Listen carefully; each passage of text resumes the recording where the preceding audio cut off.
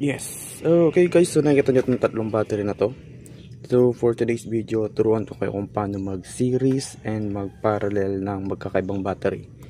So as you can see, walang magkakapareha sa kanila. Ito ay Dongjing, Panasonic, and GDJN.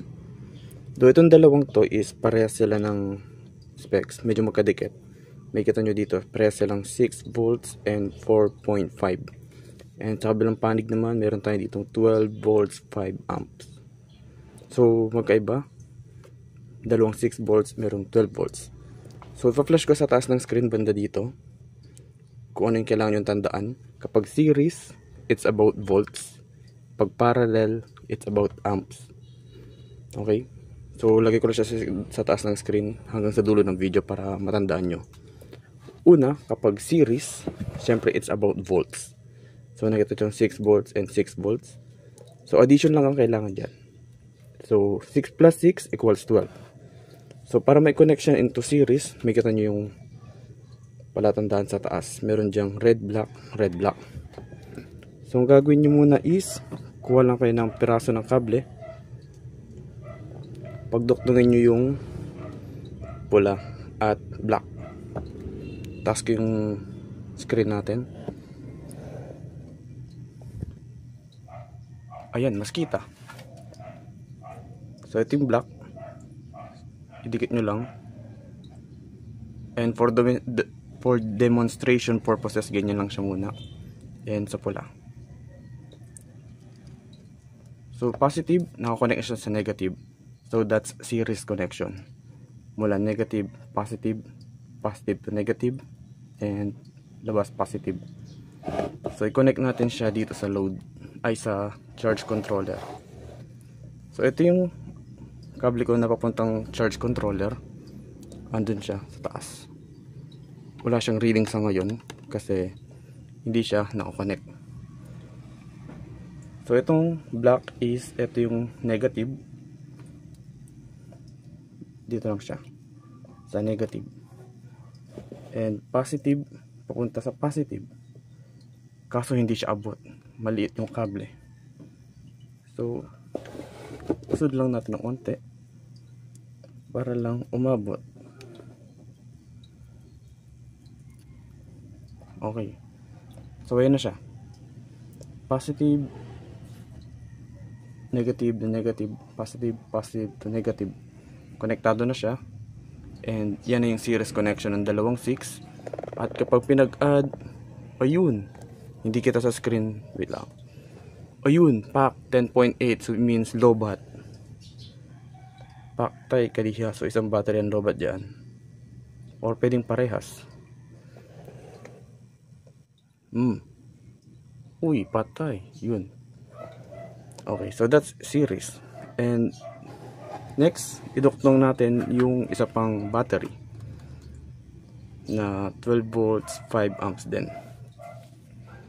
So, syempre, series is about volts. So, kung idudukto mo yung 12 volts sa dalawang 6 na naka-series din, so that's 6 plus 6 plus 12 equals to 24. So, tatanungin nyo ba, pwede na ba kayo mag 24 volt setup sa ganito? Yes.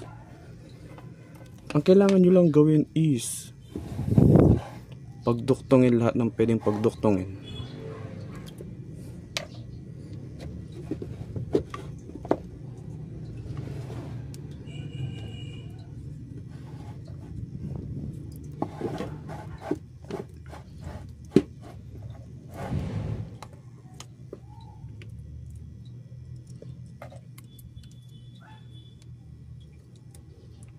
Okay. So, di pa siya fully open circuit. Meron na tayo itong negative. Then, negative sa positive. Positive, negative. Then, yung positive nito, puntahin natin dun sa negative nun. Kuha lang tayo ng another cable. And another dun sa kabilang dulo.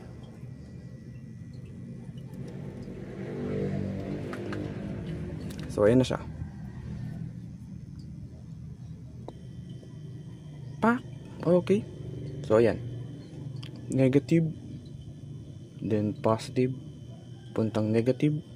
then positive papuntang negative nun, and then yung negative nito na 12 volts papuntang positive ng charge controller. So if you're going to do the math, 6 plus 6 plus 12, that's 24. And tingnan natin yung controller. Ayun, no? 25, 24, 25. So that means yan na yung 24 volt setup gamit ng tatlong magkakaibang battery. So doable, yes, pero hindi advisable. Lalo na kung yung nakakabit na inverter is 12 volts. Ayun, 12 volts lang ang pinapasok sa kanya. So pag binuksan ko yung output niyan, which is nakabukas na ata, pero parang hindi siya gagana. So that's series connection. Then kalasin ko siya, gawin ko naman siyang parallel para sa 12 volts setup na same watt power pero 12 volts, then yung amps niya is magiging 4.5 lang.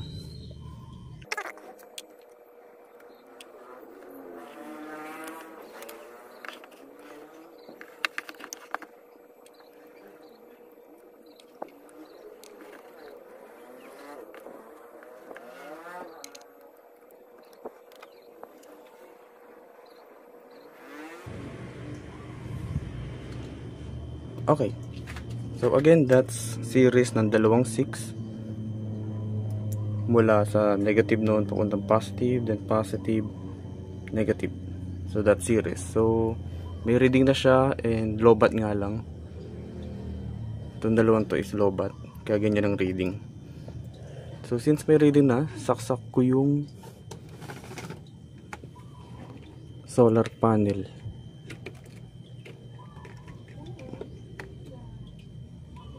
Okay.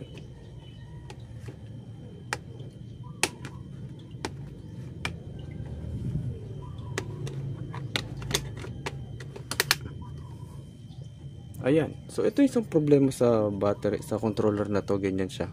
Kahit nakakonect yung ano, ganyan pa rin. Or baka dahil sa lobat lang kaya ganyan. Anyway, saksak natin tong isang battery na 12 volts.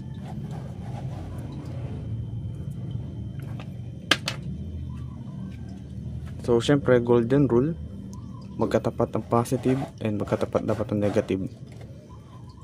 So dito pupunta yung positive ng controller, so dito siya dapat pupunta sa positive nung isa pang 12.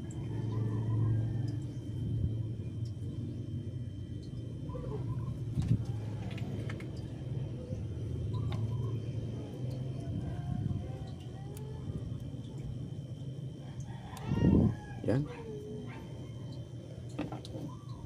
And meron tayong another ipet para sa negative naman na itong malaki.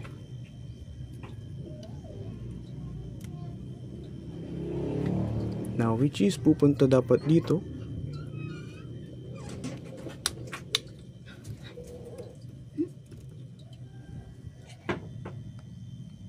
So dikit ko na siya dito.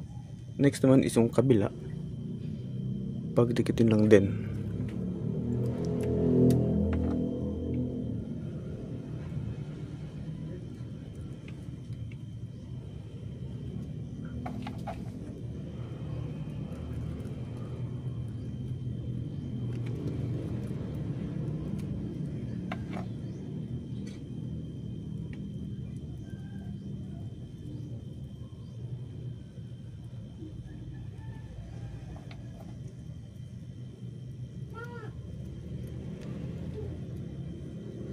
Ayan. So dalawang 6 na naka series. So that's total of 12 na naka parallel sa isang 12. So that's 12 volt setup na may 12 and dalawang 6. And kung titingnan mo sa ating controller, ayun na siya. Charging, doing well.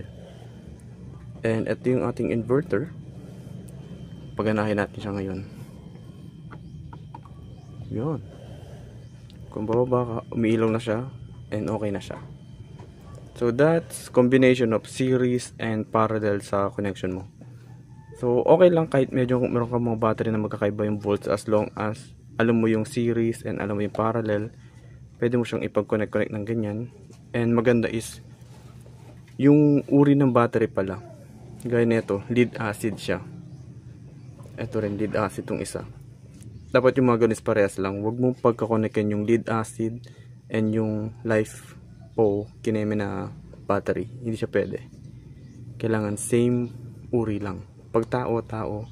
Pag aso, aso. Parang ganoon lang din yun. Ayun na siya.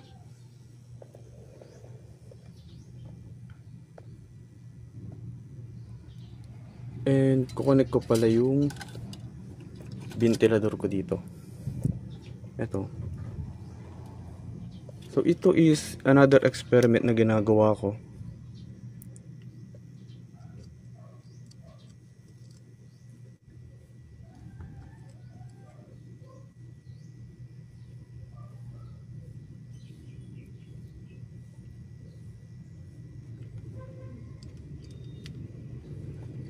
Itong is negative.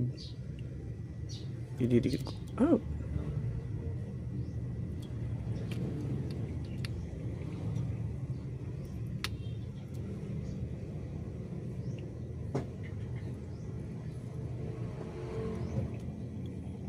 Yan. So ang ginagawa ko dito is, ang nangyayari ngayon is, merong akong load na nakakonect lang sa isang 6 volts para mag-produce ng 6 volts. Pero nakakonect siya sa another 6 pero in series. Then bigyan kita ng diagram, wait lang. Oops. Okay, so ito ang isang laruan ng aking anak, drawing pad. Kita ba? Ayun, kita pa ganito pala. So lapit ko lang ng onte. Ayan, para kita.